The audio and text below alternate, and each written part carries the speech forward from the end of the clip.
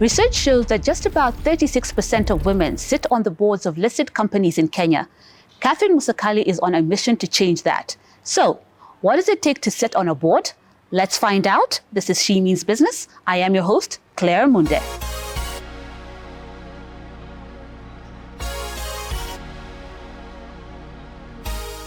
Catherine, you're big on corporate governance and women's leadership. Could you share with us some of the pivotal times in your career that have informed this decision to be very forward-looking when it comes to women's leadership? Mm-hmm. Thank you, Claire. I think the first one I can talk about is I just found myself falling in love with governance. I am a lawyer by profession, but I have focused more on corporate governance. I find that I come alive when we are having discussions on governance, when we are having discussions on women leadership, etc. And I picked my love for governance from my father, my late father, who was really focused on governance. He was a school teacher, but he really insisted on documenting matters and having, governance structures within his family, etc. So I would say that that was my first introduction to governance. And then I went on to work for Shell, which also really introduced me to governance. And, I started, loving governance and, working with governance. When I left Shell in 2013, I was the chair of the Institute for Certified Secretaries. And the CMA, the Capital Markets Authority, then requested me to lead a team that was drafting the Code of Corporate Governance for listed entities. And I did that and I finished. Soon thereafter, I was requested by the State Corporations Advisory Committee to lead another team to develop a code of corporate governance for state-owned entities. Now, as I did that, and we put together these codes, the one thing that was sticking out for me was gender diversity on boards. And I remember sticking into the codes, boards must be diverse, boards must have women sitting on the board, etc. But when I looked around, there were very few women sitting on boards. And I remember around about 2015, the percentage of women sitting on the boards of listed companies, by the way, and listed companies in Kenya are just about 57 or so, was about 14%. And I said, Catherine, this cannot be right. And every time I would ask people, why don't you have women on your boards? They would say, where do we find them? The other answer would be, but even the one we have on our board is not speaking. So why do you want us to have another one? And, that was the constant response that I would get from people. And so I said, we need to do something about this. I can keep asking the question and I'll keep getting the same answer. Why don't I do something about it? So together with 3 other friends, we put together the Women on Boards network, which is about, bringing that database, bringing that network of women in answer to where do we get them? So now we have a database. You can get any woman to sit on your board who's capable of sitting on your board. And so that has really immersed me into women leadership, into gender diversity issues, equity, inclusion, diversity, belonging, all of that. Wow. Yeah. I think there are 2 critical things that you've mentioned there. The first thing is that people were saying, where do we get these women? But the second thing is that even the ones who were there were not speaking up. So I want us to discuss a little bit about that. It's a new year and many people, both men and women, are saying, this is the year I'm doing something different. And for some women, they're saying, this is the year I want to get on a board. Absolutely. So I want us to talk a little bit about what it takes to get onto a board. And, you talked about speaking up and stuff like that. But for that woman who is saying, what, I'm in a point in my career that I want to also give back. I want to be in a board. What does that journey look like before I can get onto a board? So, Claire, you remind me of an article that was done by Catherine Musakali this week. And she was actually talking about, what does it take to get onto a board? And, if you get onto a board and you find that the skills that should be on that board are not there, run. That's what she was saying, So what does it take for you to sit on a board? First, it is about what are you going to bring onto that board? What is the board looking for? Because it's not, in fact, we say it's not about sitting. It's about contributing to discussions and all. So what is it that you have that will be valuable to discussions around the room, the boardroom? Because the boardroom is where we discuss strategy, we discuss policy, etc. So what is it in your skills base, in your experience, in your knowledge, in, your package that will be valuable to a board? That's the first step. So assume I know that a board is looking for a lawyer. The question that I need to ask myself is, do I fit that role of the lawyer? But how then do I package my skills, my knowledge, my experience, so that it speaks to whoever is recruiting? Because you don't just walk into the boardroom. You probably will be interviewed, but even before you're interviewed, they probably will ask for your profile. So how do you put together your profile so that it speaks to the role that is being recruited, And then thirdly is, where do you network so that you meet all of these people who are looking to recruit? You get to hear that board A is looking for a board member and it is about this particular skill. But boards, in as much as they are, it feels nice to say I sit on a certain board. But they're actually quite demanding. In terms of time commitment, B, in terms of, just your value add. You have got to read, you have got to, pull and push yourself even into uncomfortable areas where you're not used to. As a lawyer, I need to understand finance. It's not a comfortable area for me, but I have to push myself to understand, how does the business make money? How does the business, make a return for the shareholders? So you've got to be in a position where you're providing leadership. It's not about management, it's about leadership, yeah? So working on your profile, asking yourself, what skills do I bring on the table? How will I add value to this board? Packaging those skills and knowledge and experience in a board profile, networking in the right place so that you're able to, hear of those opportunities when they happen. Now, I like what you've talked about, and we're going to go to your own personal experiences, but I'd like us to touch a little bit on two things you've said. You've said, I've talked about networking in the right places and packaging yourself right to be able to be on that board to give value. Now, a lot of people say, that word networking is thrown around. What is networking really? What is really useful networking? And where do you network in the right places? And then how do you package yourself right? Because sometimes, I always go back to that book by Sheryl Sandberg. It's still old, but it's still relevant, that lean in. Sometimes you're underselling yourself. You have 80% of the skills, but you're like, oh, maybe not, I don't have 100%. So how do you sell yourself right? Claire, again, you take me back to a conversation I had with a member of the Women on Boards Network today. So there was an advert that was put out there for a board position. And then she wrote a WhatsApp message to me saying, Catherine, I meet all the qualifications except 2. Should I apply or should I not? I said, of course, go ahead and apply. You know why? Because you might find that after all the applications are in, she missed 2. But if she did not apply, all the other applicants missed 3. And then the board members are like, no, we go ahead and recruit, yeah? So how do you package yourself, right? And where do you network? Those were your questions. You have to be intentional about your networking. And the reason you have to be intentional about your networking is, take, for example, I know that company A is recruiting, right?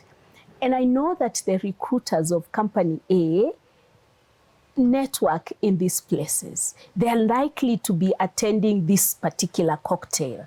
They are likely to be, attending this function. It is to say to myself, I need to be in that function so that I meet the person who might connect me to that board position.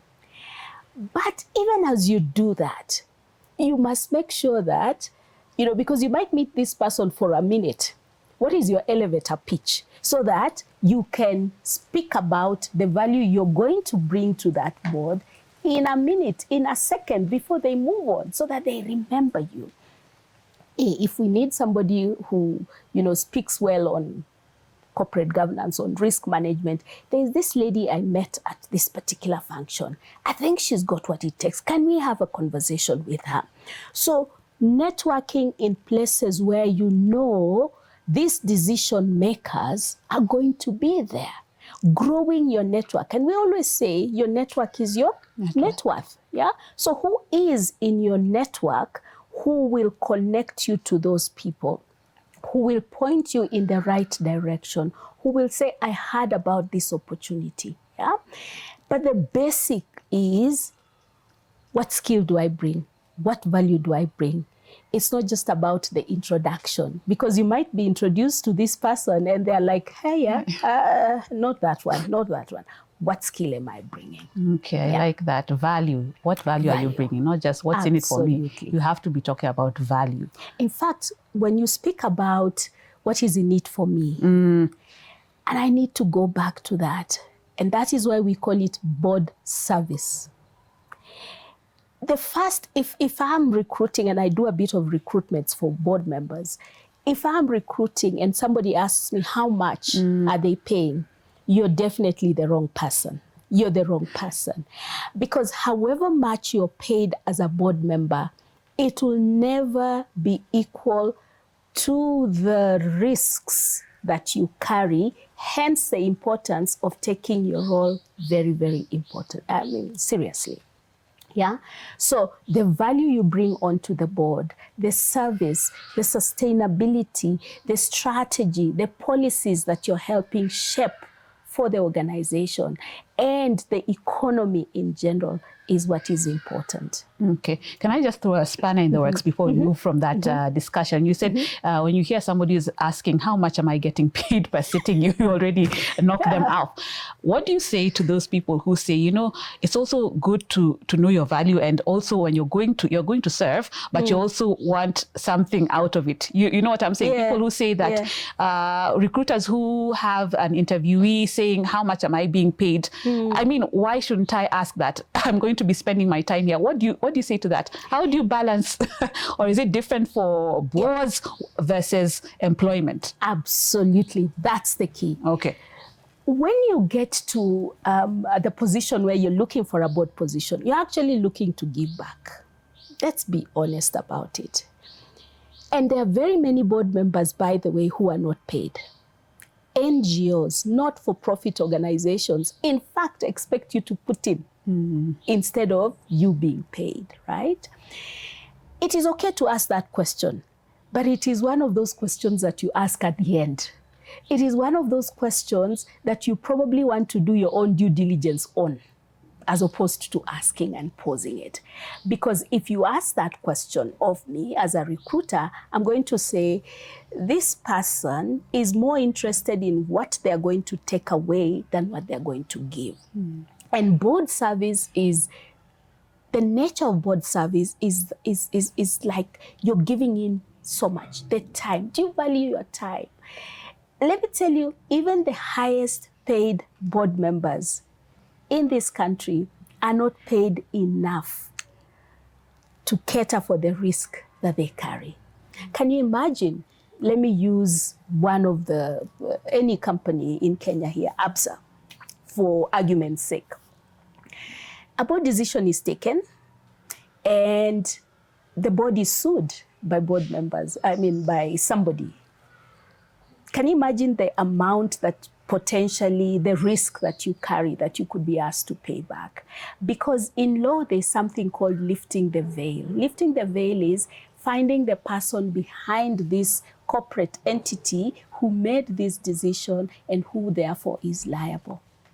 So the liability is so huge that what you're paid is probably not even enough. And if you look at all the insurance policies that are for board members, for example, none of them will cover you 100%. In fact, most of them will exclude negligence. So you can imagine. right? So it's about the value, the service that you're giving back. And if you're starting out, if this is your first board position, most likely you're going to start out in a not-for-profit where you're not going to be paid.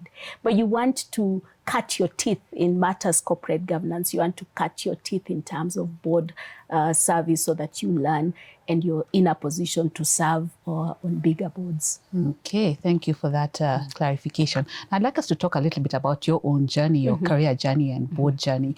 What have been some of the critical instances of your career journey that you could look back on and say, it's been worth this journey? And then I'd also like you to talk about the challenges that you have faced, specifically as a woman in your career as a lawyer and all these other positions that you have played a role in. Right. So I go back to immediately after my law school. I actually did not tarmac, which is very interesting. I got my first job in UAP when I was still at law school. So I went into UAP and I was with UAP for 5 years. I set up the legal department in UAP. And that setting up of a legal department started me on, practicing the governance that I had learned from my father. Remember, I talked about my father. How do you set up something? How do you build something? How do you put in place governance structures that will be, sustainable, etc. After UAP, I was headhunted to join Shell. And in Shell, I worked for 15 years. During that time, I became the head of legal and company secretary of the company. And at some point, I went to work in the UK because in Shell, there was some rule that, you will not rise in your leadership journey unless you had cross-border experience. So at that point in time, I had just gotten married and I had my kids, etc. And I was told, Catherine, there is an opportunity for you to go and work in the UK. And at that point in time, I had two sons. And a month thereafter, I realized I was pregnant with my daughter. I'm like, how do I go to the UK and I'm pregnant? How am I going to survive? I've had all these stories about house helps, etc. What am I going to do? So I walked into my boss, MD, Patrick Obath, then, and I said to Patrick, I don't think I'm going to take up this role because I'm pregnant, I'm expecting. And he's like, what do you mean? Go and tell your line manager, because we had functional managers and line managers. Go and tell your line manager that you're going to take up this role in a year's time or 2 years' time.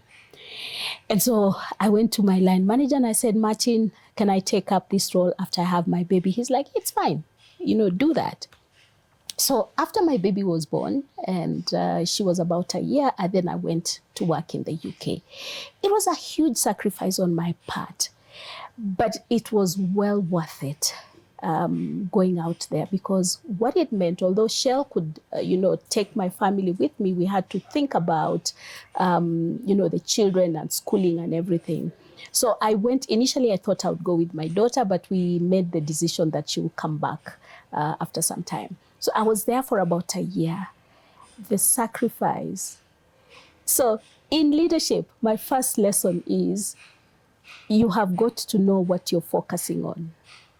And that's why sometimes I tell people there's nothing like work-life balance. It's about choices. So I made a choice. Shell said you can't grow in your career if you don't do a cross-border posting. This cross-border posting came with me saying to family, I'm going, I'm leaving, I'm going to do this. Thankfully, I had a very supportive spouse who was able to stay with the kids and, look after them, etc. So in leadership, what are you looking for? Do you want to focus on your career? What does it take for you to get to where you want to be? So that's lesson number one. The second one is after I came back from the UK, my MD also asked me to sit on the board of Nairobi Securities Exchange. That was my first board. Believe you me, Nairobi Securities Exchange was my first board. And at first I asked myself the question, what value am I going to bring? You know, securities. What are securities? You know, you're calculating numbers and shares and so on. I'm a lawyer. I'm a simple lawyer. You ask me a question in law. I had to ask myself that question. And then I said, I have been asked, what is it they're looking for in me? And therefore, how can I support the vision, the mission of Nairobi Securities Exchange? So I was thrown deep into board matters at Nairobi Securities Exchange. And I said to myself, I'm going to teach myself to understand securities, etc. So much so that I actually even took a course in securities, etc. As a board member, you have to ensure that you understand the business that you are in, because you're expected to contribute to actually shape strategy. You're expected to challenge management on matter strategy, on the business of the company. If you do not understand that business, there is no way you're going to challenge, right? So that was my first major board. When I was at UAP, I had sat on Association of Kenya Insurers, representing the company, but it was not too serious of a board, yeah? So Nairobi Securities Exchange was my first, heavyweight board, so to speak. I went on, and when I left Shell, that's now when I got into governance proper. I went on to chair the Institute of Certified Secretaries of Kenya, and that's how I got into drafting the codes of corporate governance and, started the Women on Boards network. Challenges. What challenges have I faced in my journey? Balancing family with career is a challenge for many of us women. We may not just say it, but it is. And that's why I always say it's not about balance. It is your choices. And choices always have consequences, yeah? So am I choosing career at this point in time, or am I choosing family? And can I have both? And Jyoti talks about it. Can women have it all, There is always a sacrifice. You have to try and balance your life somehow, but it's about choices at the end of the day. What do I choose over what? And what are the consequences of that? So career versus family has always been an issue. You do your best, you try. The second one is when we started the Women on Boards network. Remember, it is a not-for-profit. Women on Boards Network Kenya is a not-for-profit. But we did not have funders. It was just the four of us who sat down and said, we believe in this. We believe that this is for society, and we need to give back to society. We had to put in our own money, so so we asked ourselves, how much does it take to, set up a company, run it, and, start having, we had a huge launch at Intercon when it was still Intercon, but we had no money from anybody. So we put in our money. That was a challenge. It has always been a challenge because Women on Board still runs on member funds. So that is, you have a big vision, you want this thing to grow, but you have no funds to grow it. So it's always that struggle of, do I want to put in this money? Do I want to put in this effort? Do I want, all of that, yeah? So those are some of the challenges that I have faced. But what I would say is, if it is something that you love, you don't see the challenge. You don't see the challenge. If it's something that you want and you want it badly, you actually don't see the challenge. And even if you're going to have to put in, hours on end, it's a labor of love. Let me put it that way. Well, I think that's very powerful. What you said, it's choices. It's not really balance, really about choices. Yes. I think somebody once said that it's about juggling, and it's like you have rubber balls and glass balls. Yes. So you have to get the glass ones, then the rubber can fall, then go back to it all over again. Yes. Now, as we come to the conclusion of this discussion, I'd like you to tell me two things. What does success mean to you? And then two, what would you tell other women out there who are looking to join boards on what are the steps they should start taking towards that goal? Success for me is impact.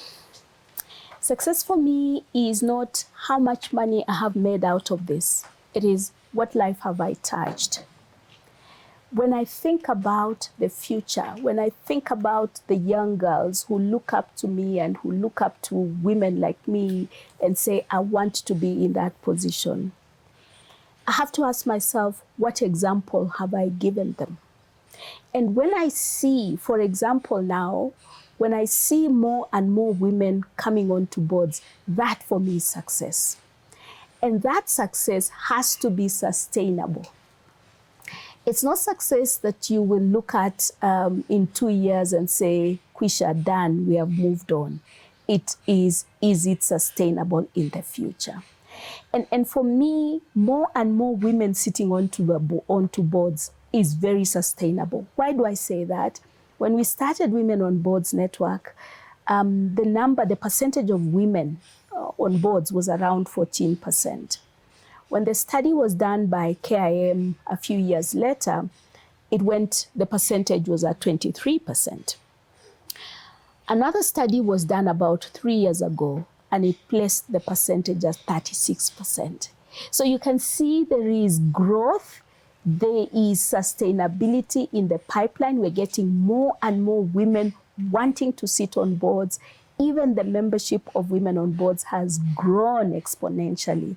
When we launched at the Intercon, we had one member, other than ourselves, member number one member. Right now, we have more than 1,000 women who are our members.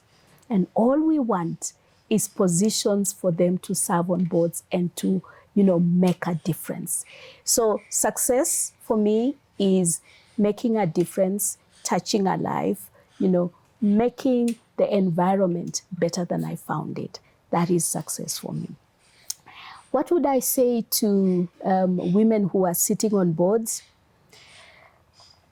Everybody has, what it takes to sit on a board if you have positioned yourself correctly and if you have prepared yourself to sit on the board. There is something that comes with experience and knowledge that, you might not have if you don't go through certain experiences. So once you have prepared yourself to sit on boards, and I say prepare because it's important before you join a board, you prepare yourself. You learn about corporate governance. You understand how boards operate. You understand how companies make money. You understand the risks that you carry. So you have to prepare yourself to be able to sit on the board and to add value and to contribute. So don't just wake up one morning and say, I want to sit on a board. Have you prepared yourself effectively? Do you know what it takes? Do you know the risks that come with sitting on a board? What value are you going to add? For me, those are the questions that I would ask somebody looking to sit on a board. But also, when you're approached to sit on a board, the other question would be how is the company's value system aligned to your own? Because remember, as a board member, you're driving strategy, you're forming and formulating the strategy, yeah? If your value system is not aligned to the company on whose board you're sitting, you're not going to add value. So your value system has to be aligned with the company on whose board you sit. If the values are not aligned, you're not going to add value. So who am I? What values do I carry? What are the values of the company on whose board I'm looking to sit on the board? Wow, thanks. That's powerful. And you've heard it from Catherine Musakali, the founder of Women on Boards Network in Kenya. It's about adding value. You should invest in your skills and look at a board membership as a service. This has been She Means Business. I have been your host, Claire Munde. Until next time, have a good one.